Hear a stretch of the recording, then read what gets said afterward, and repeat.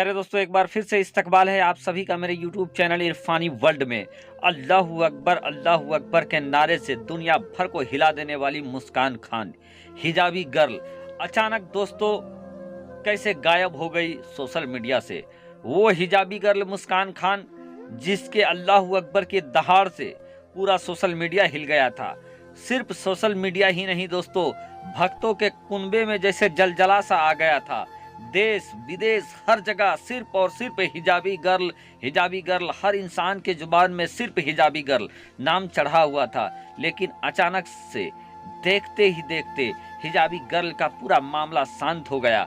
कहाँ गायब हो गई मुस्कान खान, उसके पीछे क्या वजह है दोस्तों, क्या हुआ हिजाब प्रकरण का आपके सामने इस वीडियो में रखने जा रहे हैं कि अचानक से क्यों गायब हो गई हिजाबी गर्ल। दोस्तों, अल्लाहू अकबर के नारे से सनसनी फैलाने वाली हिजाबी गर्ल की पूरी दास्तान आपके सामने एक बार फिर से आपकी याद को ताज़ा करने के लिए रखें। उससे पहले आपसे अदबन गुजारिश करेंगे, अगर अभी तक आपने चैनल को सब्सक्राइब नहीं किया है तो चैनल को कर लीजिए सब्सक्राइब, बेल के बटन को कर दीजिए ऑन और ऑल नोटिफिकेशन के ऑप्शन को दबा लें ताकि आने वाला हर वीडियो सबसे पहले आप तक पहुंचता रहे। प्यारे दोस्तों, देश का जो विधि विधान है, हम जानते हैं कि हमारे विधि विधान थोड़ा लचीला है और इस वास्ते किसी भी सुनवाई में बहुत ज़्यादा वक्त लग जाता है और उसके बाद कानूनी प्रक्रिया ऐसे हैं दोस्तों जिसकी जटिलता की वजह से ठोस निर्णय आते आते इतना वक्त गुजर जाता है कि लोगों के जहन से वो मामला ही निकल जाता है। प्यारे दोस्तों,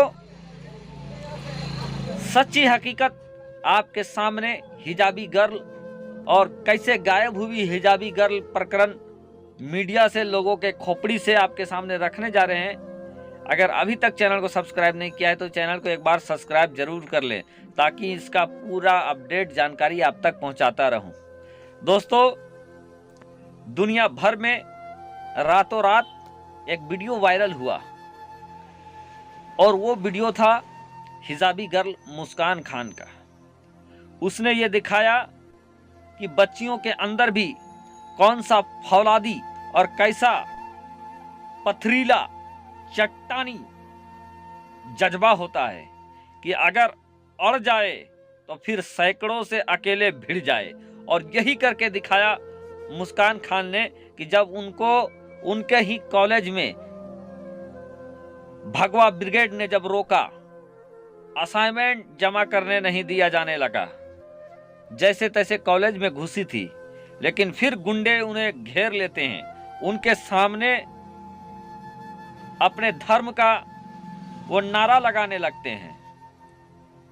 विरोध तो अलग बात है दोस्तों, लोकतंत्र में विरोध होता रहता है, लेकिन विरोध के आड़ में जब लोग अपनी रोटियां सेकने लगते हैं तो फिर मामला गड़बड़ा जाता है। इसी तरीके का मामला मुस्कान खान के साथ हुआ था जब उनके ही उडुपी उनके कॉलेज में अचानक से उनको घेर लिया जाता है, अपने धर्म का नारा लगाने लगते हैं, उनके मुंह के सामने भगवा गमछा फटकारने लगते हैं, तब जलाल आ जाता है एक इस्लाम की शहजादी को। और फिर भक्तों गीदड़ों की टोली के सामने अल्लाहू अकबर का नारा लगा देती है। और उसके बाद दोस्तों जैसे तैसे ये वीडियो सोशल मीडिया में आना था कि एक तरीके से भूचाल सा आ गया सोशल मीडिया में। रातों रात मुस्कान खान एक सुपरस्टार की तरह देखी जाने लगी। लोगों ने उनको दुआओं से नवाजा तो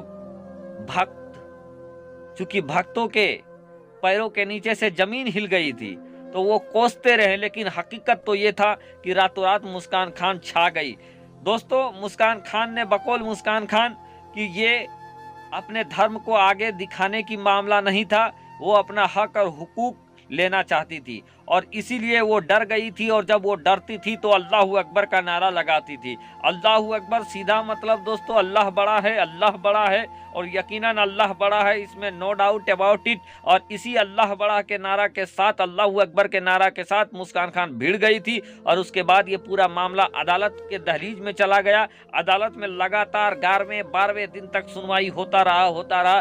जब सारी दलीलें खत्म हो गई दोनों तरफ की, जब इधर के वकील उधर के वकील सबों ने अपनी बात को रख लिया अदालत में, तो अदालत ने इस फैसले को सुनाने के बजाय बल्कि इस फैसले में जो जजमेंट दिया उसको सुनकर आप भी हैरत में पड़ जाएंगे। जब दोनों तरफ की दलीलों को अदालत ने सुना दोस्तों, तो अदालत ने ये कहा कि हमने दोनों तरफ की दलीलों को सुन लिया है और अब इस फैसले को हम सुरक्षित रखते हैं।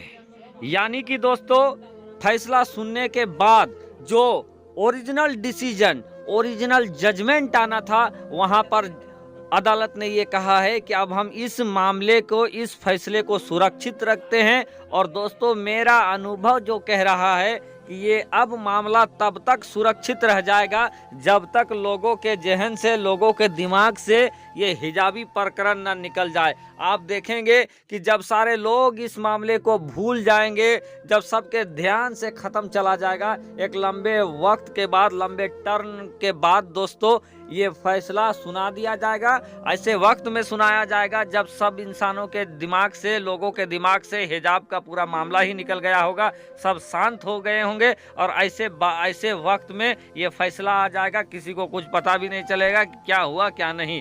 और ऐसा दोस्तों बहुत सारे मामलों में होता आया है और इस हिजाबी प्रकरण में भी यही हुआ है कि फैसले को अदालत ने सुरक्षित रख लिया है।